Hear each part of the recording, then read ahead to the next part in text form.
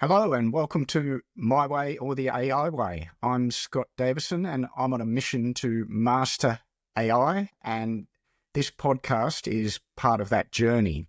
In today's episode, what I wanted to talk about is why I launched this podcast, how I went about it. There's a 5-step process I followed that I'm going to share with you, and more importantly, how some of the artificial intelligence tools have helped to really speed up the process.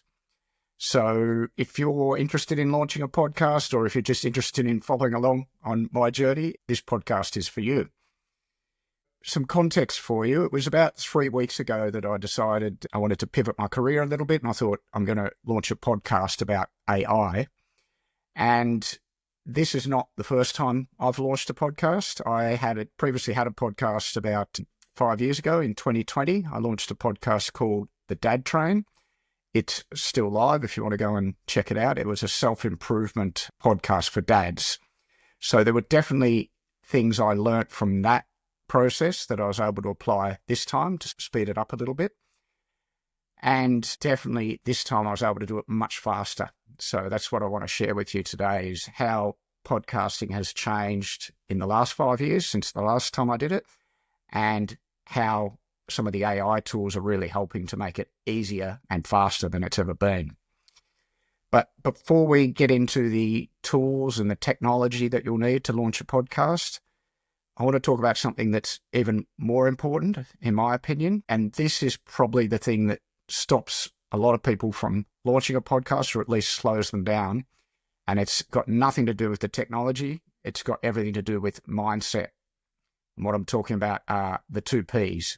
Perfectionism and procrastination.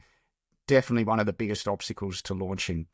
This is something I was acutely aware of. It's something I've learnt previously, and very much my approach this time was about progress over perfection and taking the path of least resistance. So the quickest way to get something live was what I was after. And really what I'm talking about is what they refer to in agile methodology as minimum viable product, MVP. And this is the concept that you get your product live as soon as possible with the minimum number of features necessary to be able to test the concept, get feedback, and then you start refining. You continue to refine gradually as you go. And this is a concept I know about, I believe in, but gee, it's so hard when it's your face on the product to put something out there earlier than perhaps you want to. But I've heard many entrepreneurs say, if you're not a little bit embarrassed by your first product that you put out, then you probably waited too long to launch it. That's what I was aiming for here. It was progress over perfection. Now, the second thing I want to talk about before we get into the technology, which is really important as well, is what Simon Sinek refers to in his talks about know your why. It's really important you understand why you're doing the podcast, what your objectives are. It's never been easier to launch a podcast, technically. Here's some stats I found for you. 4.4 million podcasts currently exist, and there's 30,000 new shows being launched every day. But this is the really important stat, I think, which is 90% of those podcasts launched don't make it past episode 3, and only 1% make it past 20 episodes. So clearly there's a lot of people starting and dropping off, and there's probably various reasons for that. But in my opinion, one of the biggest reasons is they probably don't have a strong enough why. So it's really important you understand why you're doing it, because despite the technology and despite how easy it is technically, it still takes dedication, persistence, and a bit of resilience to get a podcast up and to keep it going. For me, my why as to why I'm doing this podcast, I've got really 2 objectives. The first one is that I want to learn about AI myself. So this is a way to sort of force me to use the tools and to learn in public, because the whole premise of the show is I'm going to be trying things out and sharing those experiences with you. So it's a way for me to do that. And that objective of learning is a really good objective, because effectively I'm achieving that just by doing it. Regardless of whether it's any good or whether anyone listens to it, I've already achieved that objective. So that's a really good objective. You could have a goal like wanting to reach a certain number of episodes or wanting to reach a certain number of downloads, which are fine to have, but they're just metrics. They're things in the future. The great thing about learning as an objective is I'm doing it every day and every episode. My second reason for me is a bit more of a longer term one, which is I want to be able to build a bit of a network and a bit of authority in this space. Clearly, there's a lot of hype around AI. Things are moving very quickly, but it's still early days, and there's going to be a lot of businesses, particularly small businesses, that are going to need help navigating this space. So if I can be even 12 months ahead of them, then that's a valuable skills and knowledge and a service that I'll be able to offer as part of my marketing and business consulting. So that's sort of my longer term aim with this podcast. So for me, those are my two objectives. That's my why, and that's what's motivating me to do this. That's really important for you to think about before you get stuck into the next step, which is the how. And that's what I'm going to talk about now, is how I went about launching this podcast and how I got it live so quickly within 2 weeks, and how I've used AI to help that process. I've boiled this down to 5 steps. And remember, I'm talking about minimum viable product here. What's the absolute fundamental things you need to do to get that first episode live? I'll go through each of these steps with you. Step 1, you need to choose a name. And that's a bit of a challenge, finding something that's unique and something that's not already in use. This was a great opportunity for me to use ChatGPT to start brainstorming ideas. This is something I've spoken about previously. It's a really good tool for that. And I was sort of going back and forth with ChatGPT probably over a few days, actually, on and off, as ideas came into my mind, and getting ChatGPT to help me sort of come up with new creative ways of finding a name that was a bit unique, because, as I say, most of the common names were already taken. It was really good at that process. What it wasn't able to do was tell me if those names were already available. I would have loved to say, just give me ideas that are already available. That would have saved a lot of time, but I still had to manually sort of create a short list and then go and do a quick Google search or a quick search on Apple Podcasts to see if anyone else was using that or similar names. But the process of generating ideas was really assisted a lot by using ChatGPT, and probably sped that up. Interestingly, the name I ended up landing on wasn't one that ChatGPT came up with. That sort of came to me in the shower, where all good ideas come to. But as I say, the process of brainstorming was really assisted by AI, by ChatGPT. Once you've got your name, you then need to go and protect that name, so register it. And I wanted to grab the domain name as a minimum, and you may as well register it on as many social channels as possible. Even if you don't intend to use all those channels, protect it in case down the road it takes off. You want to have that protection in place. Again, there wasn't an AI tool I could find that would actually go and register all those names, and there's probably a good reason for that, which I found out when I got to X.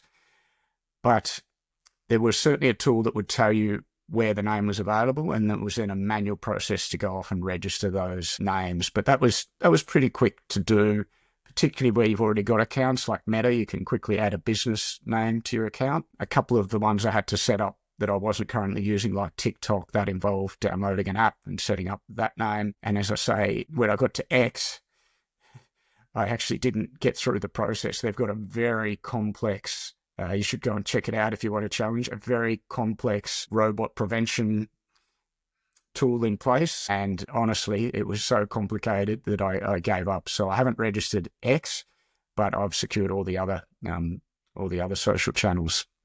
So you've got your name, you've registered it. Second step is you need to have a brief description, sort of a summary of the show. This is what you're going to need to put into all the podcast directories, but it's also very useful for you to know sort of your elevator pitch of what the show is about. That was very easy to do with ChatGPT because I'd already had all that context of coming up with the name. It already knew what the show was about, so we were able to generate a short description very quickly using ChatGPT. Step 3, you need a cover image, some artwork to go into those directories. Now, when I did this 5 years ago, there were really two ways of doing it. The traditional way, which I've often done in work, which is you write a brief, usually quite a detailed brief. You put that out to designers, if you're not a designer yourself, which I'm not, and then they'll come back with concepts and you go back and forth. And that can be a time-consuming and very expensive process. And of course, there's also DIY tools like Canva, where you can just templates, play around yourself. But again, I've found even with some decent Canva skills, it tends to take longer than you expect once you get in and start doing it yourself. I wanted to try AI this time in the theme of the show. So I literally just put a prompt into ChatGPT. It had already been helping me come up with the names. It understood the description. I said, can you give me a podcast cover image?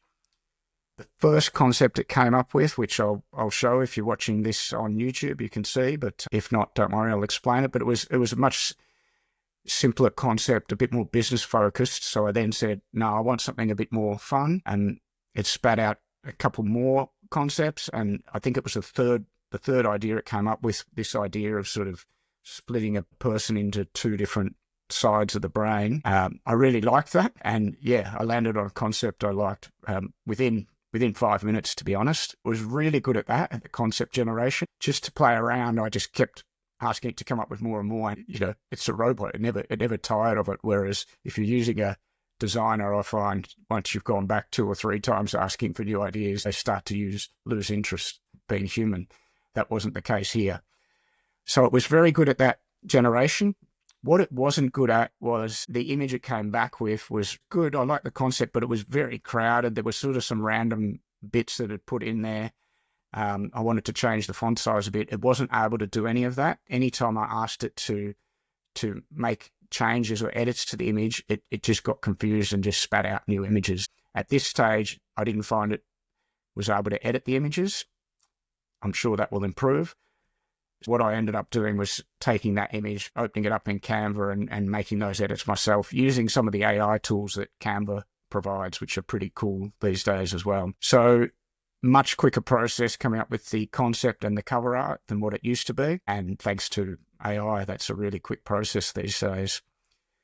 Let's move on to step 4. You need to be able to record and edit your podcast.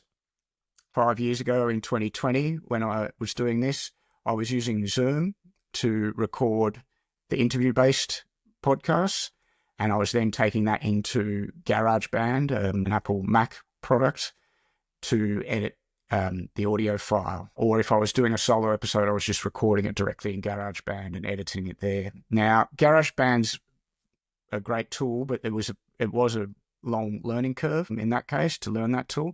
And it's not actually designed for podcasts. It's designed for music editing. So firstly, it's a bit more complicated. But secondly, it doesn't do video editing. It only does audio editing.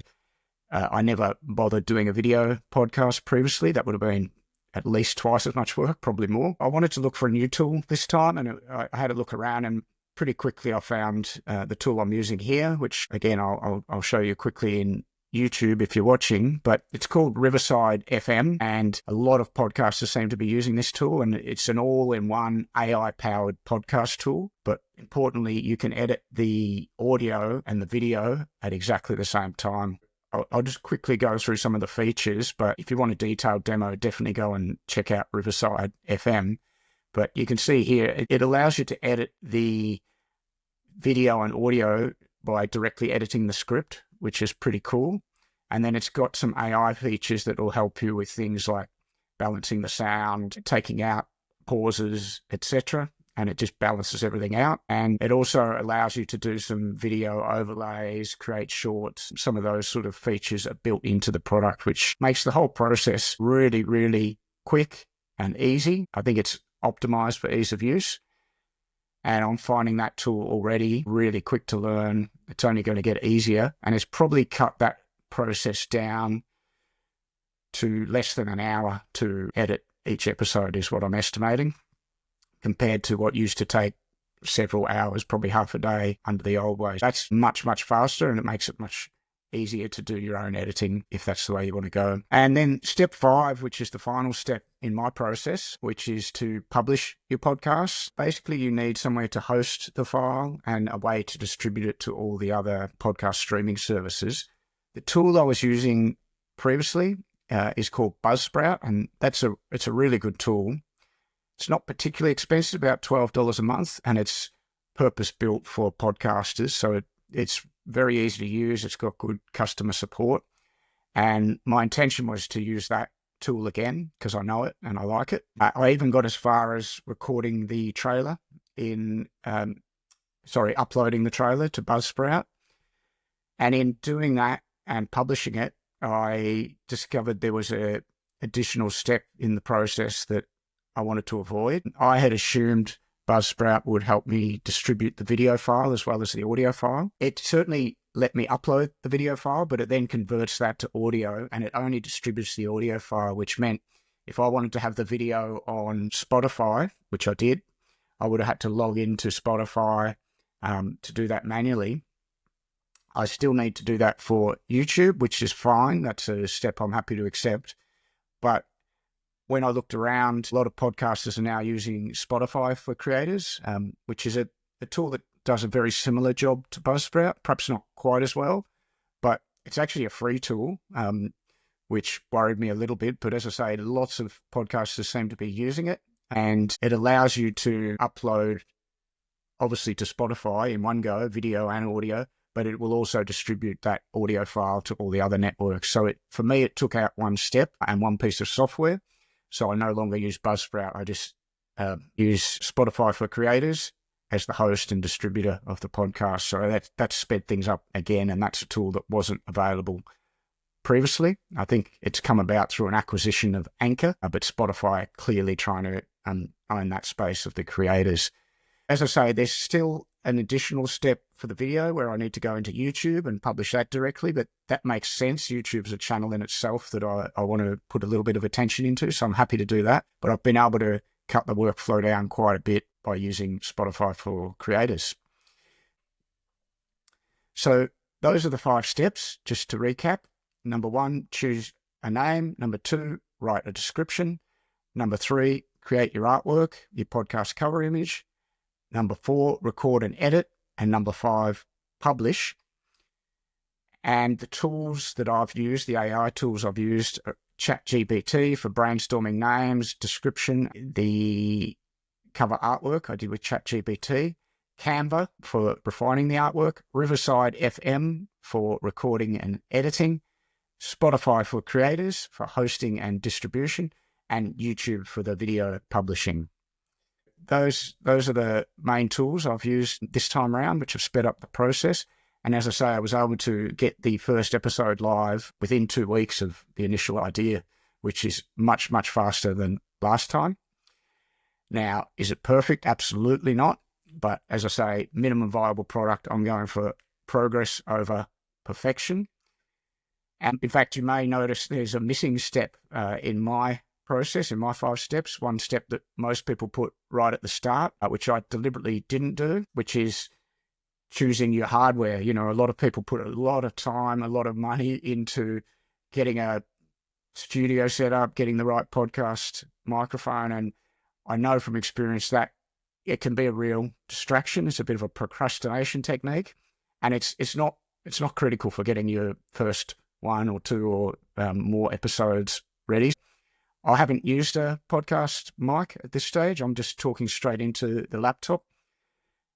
But I know for a lot of people that audio quality is important. I'm basically deaf myself, so it doesn't worry me. But I know for a lot of you listeners, the audio quality is really important. So my promise that I made to myself, and the promise I'm going to make to you, my listeners, is once I get to 10 episodes, then I'll invest in a new podcast mic. So hang around for that, and you'll see an improvement in audio quality as we go.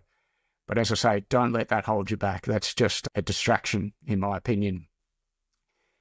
So it's easier than ever if you do want to launch a podcast. It's really the mindset that's going to hold you back more than the technology. So don't procrastinate. Don't worry about making it perfect, and just work on getting that minimum viable product live and then refine it as you go. And that's what I'm going to be doing over the coming episodes. I hope you enjoyed this episode. I hope you found it useful. If you did, please leave a review. If you've got any questions, add those in the comments section and I'll get back to you if you want more information on how I've done any of that. And thank you for joining me on this mission of mine to master AI. Until next week, I'm Scott Davison, and this is My Way or the AI Way. Thanks for listening.